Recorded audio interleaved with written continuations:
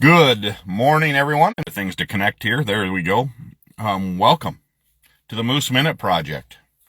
And truly appreciate everyone that tuned in and gave me feedback after yesterday's edition. And I'm struggling this morning. I didn't get much sleep last night. Got more news about Mom yesterday, and things just aren't going well. But we'll work through it, and we'll get through it. And part of it is what it is. Doesn't mean it's not going to hurt. Doesn't mean it's not going to be awful to go through. But there's part of it that I cannot control.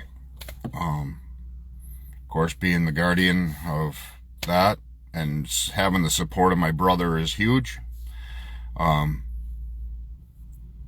It is, again, what it is.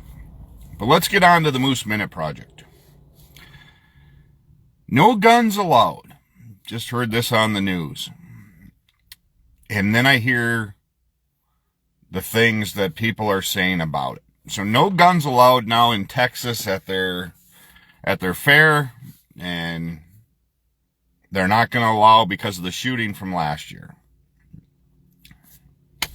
Okay? No guns allowed. No big deal.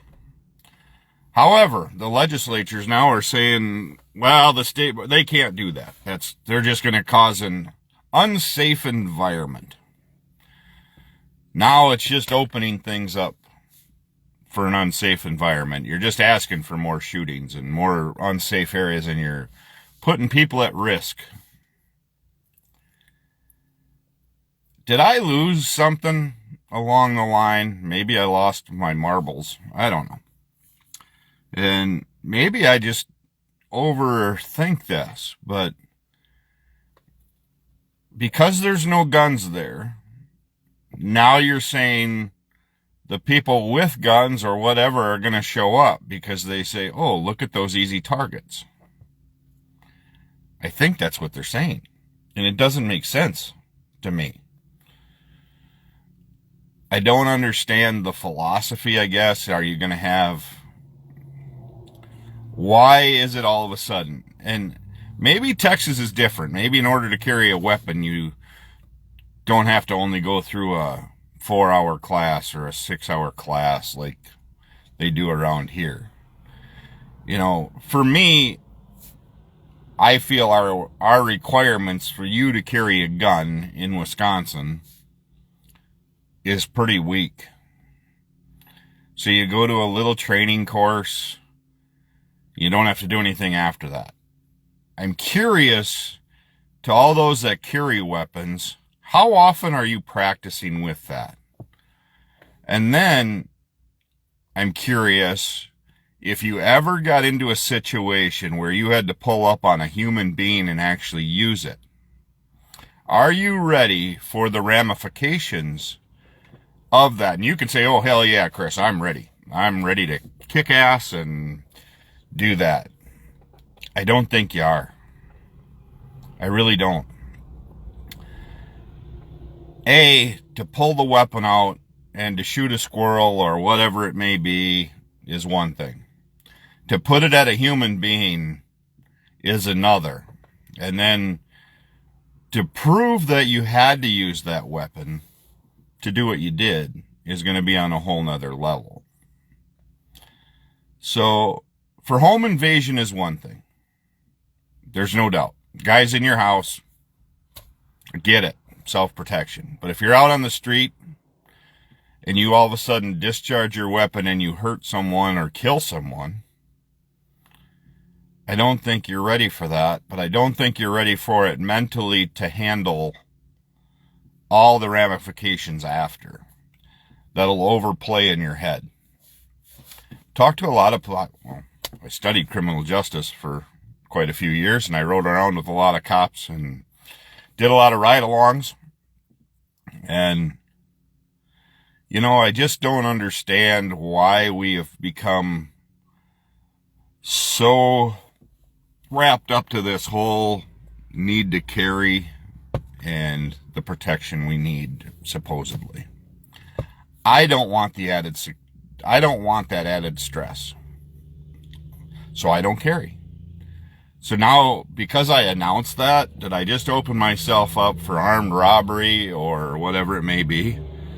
I'm pretty sure if I even had one in the console of the truck, if I'm out walking about and somebody holds a gun up to me, or even if I had it on me, I've put myself in more danger than I did not having one.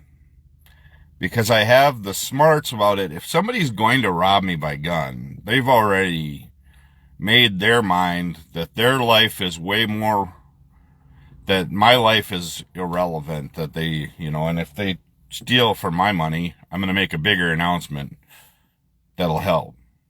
You're going to get away with about $19 if you arm rob me, or if you take my truck. But that's okay. I have gap insurance. It's fine. Go total it. Make sure you roll it a few times if you do. But I'm losing sight of, okay, so they made it that no guns allowed. I would rather go to the fair now, knowing that I'm going to have to walk through and be screened and everything else for that. So that's the other thing is they're going to have to go through a checkpoint. It's not like you're all of a sudden, so is somebody sneaking one in? I mean, yeah, that's all possible. But that's where I'm at today. I just thought it was odd that, oh God, we can't do that. We can't tell people they can't bring guns to the fair. I mean, it's not like we're in the Wild West where they had a carnival and then the guy rolls in on his horse and, I guess it brings me back to, I'll wrap it with this.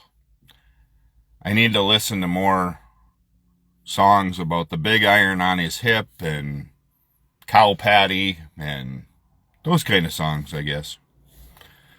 And maybe 7 Spanish Angels. I don't know. But with that said, I hope you all have a great day. I'm proud to say that they made that rule. I didn't think we'd have to make that rule. I assumed, I've seen it, I guess, at the Horse and Colt show in Viola, where the people that usually are carrying the weapons are the ones to let you know they're carrying them. They make it proud that they're carrying weapons.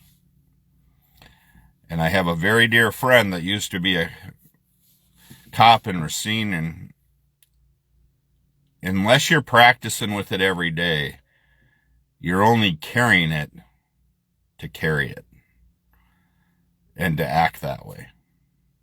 So hopefully you're practicing with it. Hopefully you're accurate with it. And hopefully you know what the hell you're doing with it so you don't injure yourself first. So with that said, have a great day. I hope all of you have a wonderful day. That it was a hell of a drive in with all the fog and everything along the river. But it is a beautiful sunny day here in Boscobel. And truly appreciate each and every one of you. Have a great day. I'll be back tomorrow morning with another Moose Minute project. And again, if you could, please pray for my family. Comfort during this time as it's getting harder and harder. So with that said, have a great day.